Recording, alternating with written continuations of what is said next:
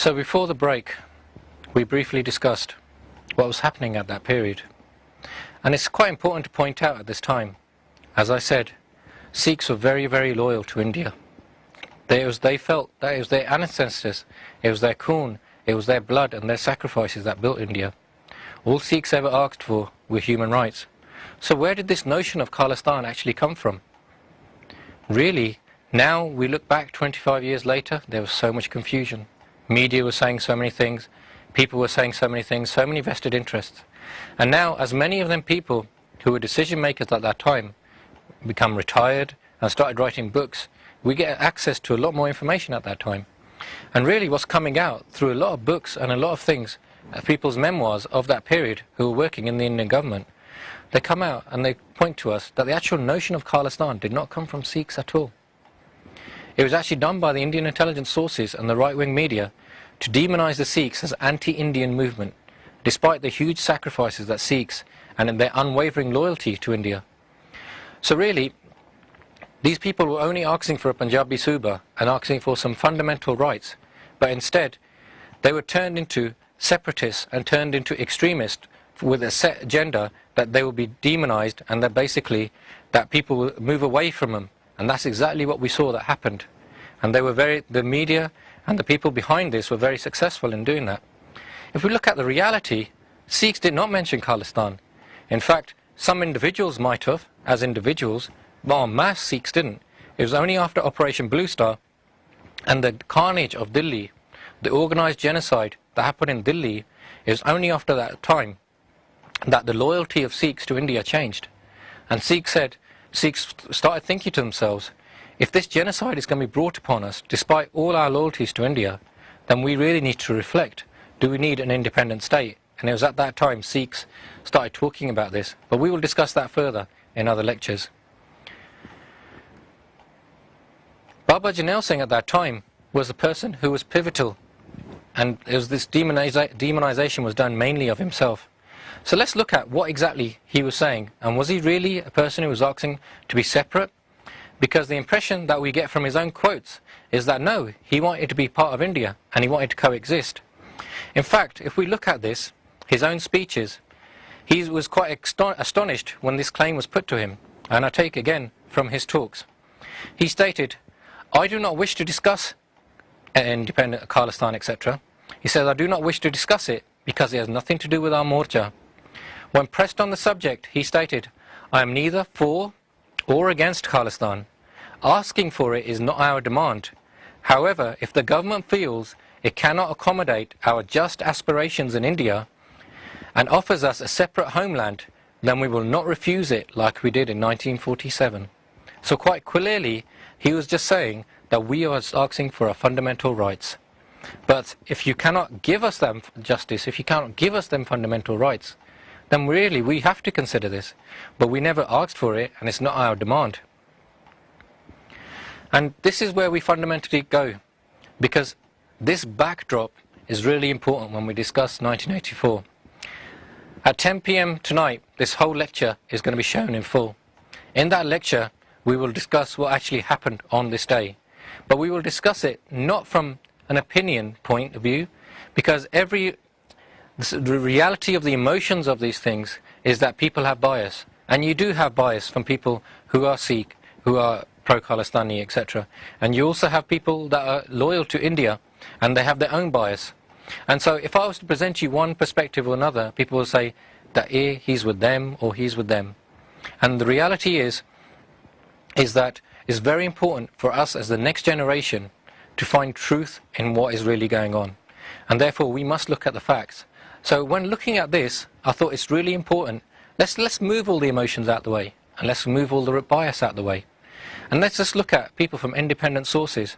So the best way that we consider to do that is let's look at people like the Times, the Guardian, and the press that were independent outside of India and see what they have to say. And tonight we're going to go into a lot more detail about what these people are saying, directly quoting from the papers of that time. And then, like I said before, it's up for everyone else to make their own opinions and look at this. But while we discuss this, like I said before, even tomorrow there's going to be a march in London. I think it's very important for Sikhs, if we have a cause, if we have something that we want to portray, it's really important that we put it forward in a way that people can understand.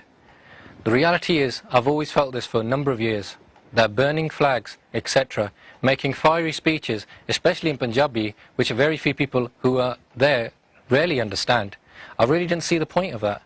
I think it's very important that people put forward a message that wrong has been done to Sikhs, and Sikhs just want reconciliation and they want justice. I think it's really important that that comes across, and that has to come across from our behaviour. Our behaviour is very, very important. Our behaviour should be that we are a reasonable people and we have reasonable demands. And them demands were put in front of the Indian government, and instead, while they gave them reasonable demands to every other state in India, they didn't to Punjab. And especially, they targeted the Sikhs. And we are upset at that. Our loyalty that we gave to this country was thrown away, and it was disregarded. And instead, helicopter gunships, etc., were used on our Pavitra Darbar Sahib, and there was no need for this at all. There was no need for any of the genocide that happened to us. And really, it's important for us to really look at this.